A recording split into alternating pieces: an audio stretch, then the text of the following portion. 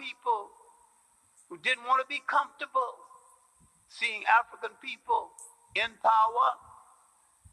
So between schemes and buying off a lot of them, the whole structure was lost. 10 years of celebrating on the road to freedom, 1957 to 1967. The next 10 years, almost the next 20 years, our enemy, our former colonial master, our former enslaver,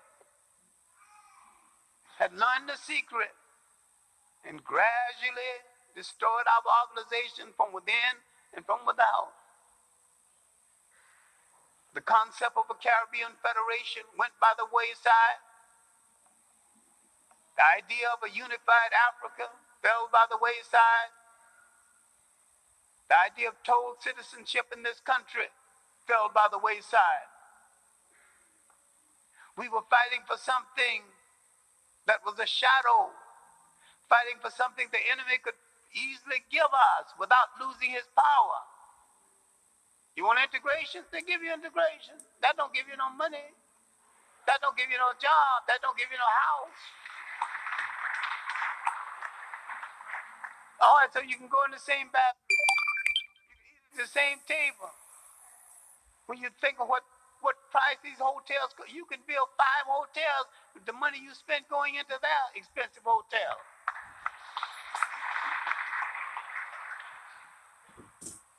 You can build shoe factories for yourself. Because you integrated, you thought you didn't have to do anything for yourself. They're letting into there. You still have to build your own. You still have to build an industry. There wouldn't be so many of our young people hung up in this stupid drama in the sand had we not failed them by not making a place for them in our own communities.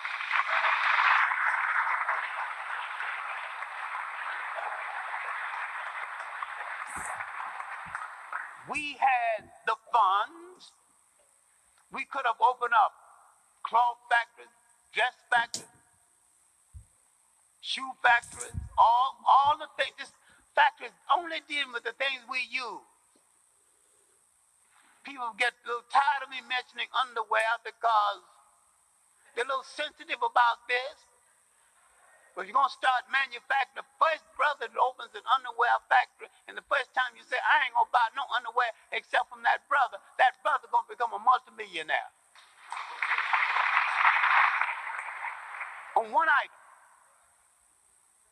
Now let's look at all the items in the more than $200 billion we feed into the American economy.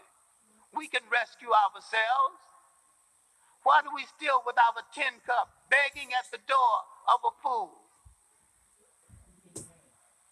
We have to locate ourselves on the map of human geography.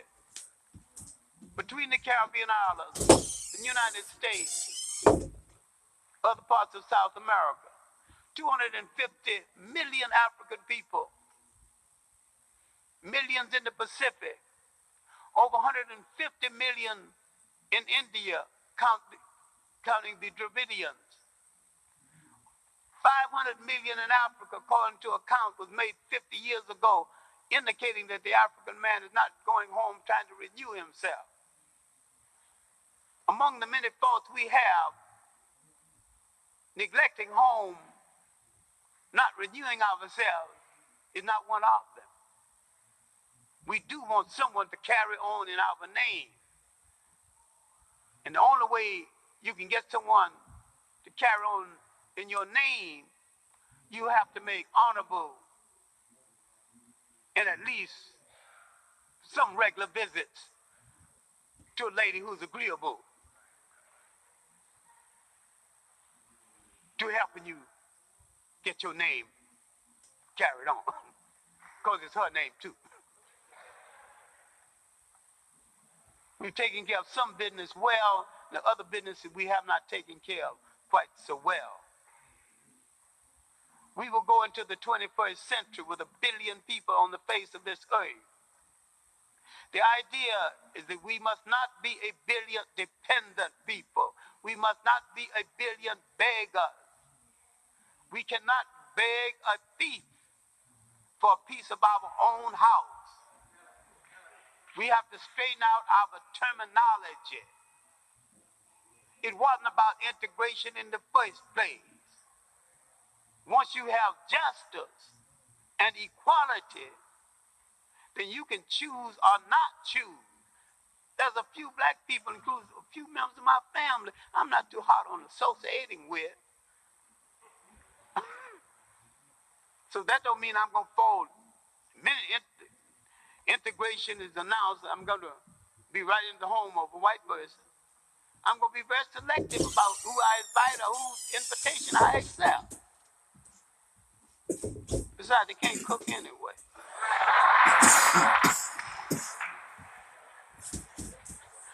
My main point is that our enemy has a program, a well-designed program. Our enemy has a mission, and that mission is to control the world by any means necessary.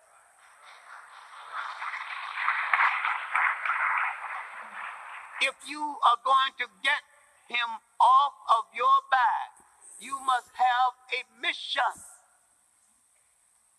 You must have a priesthood.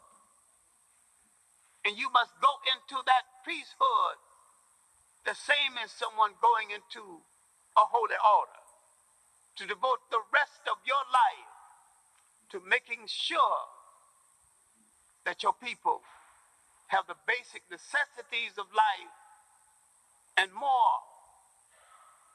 We should break our children up into different sections. Some people should devote their entire life making sure that we have fresh water. Do you know there's not enough fresh water in the world? Reforestation. We should stop shouting nation time until we understand the responsibility of maintaining a nation.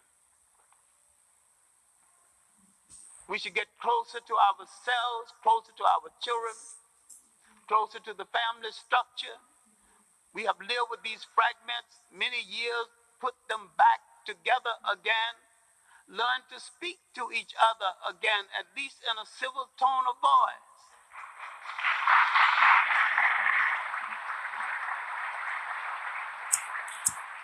We have so much pent-up anger. We will not take that pent-up anger out on the real cause of that anger, which is racism and white oppression.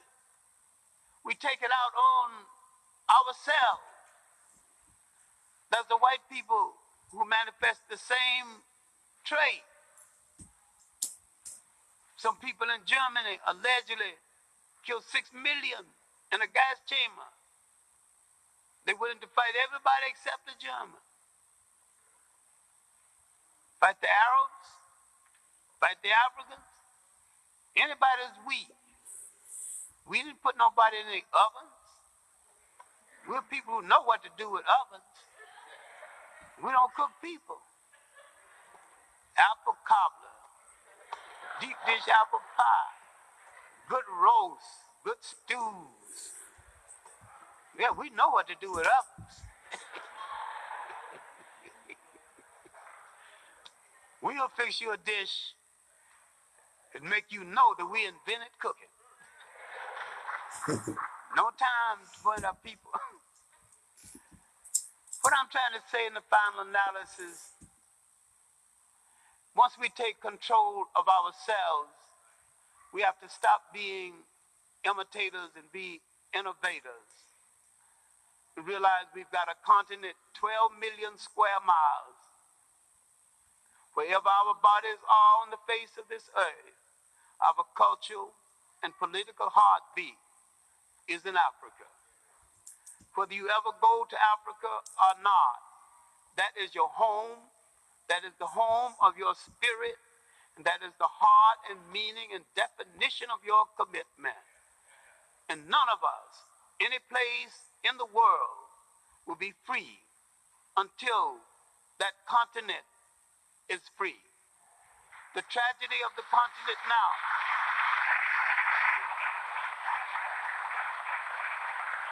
Africans lost from their historical memory the time and the method they used when they were in charge of the state. Every African state, with no exception, is an imitation European state. And the apparatus of Europe will never work. Every African state outside of Europe, with some exceptions, is an imitation European state. I have found, much to my surprise, the Africans in the Pacific has a healthier attitude toward African unity than the Africans in Africa, the Africans in the Caribbean, and the Africans in the United States. What hit those people over there? They're less polluted with a whole lot of confusion, especially the confusion brought by a German political opportunist and Johnny-come-lately called Carl something or another, and I can't quite remember whether it was Harpo or another kind of Marx. And so we got different kind of black Marxists, both confused. I think most of the black Marxists I met are Harpo Marxists instead of Karl Marxists. Any system in the world will work for you if you make it work for you. Any religion in the world can serve you if you make it serve you. But a religion without spirituality is not worth your time. And religion, in some cases, has torn down the concept of spirituality. We have to use the dictionary words right, and maybe we were fighting for the wrong thing.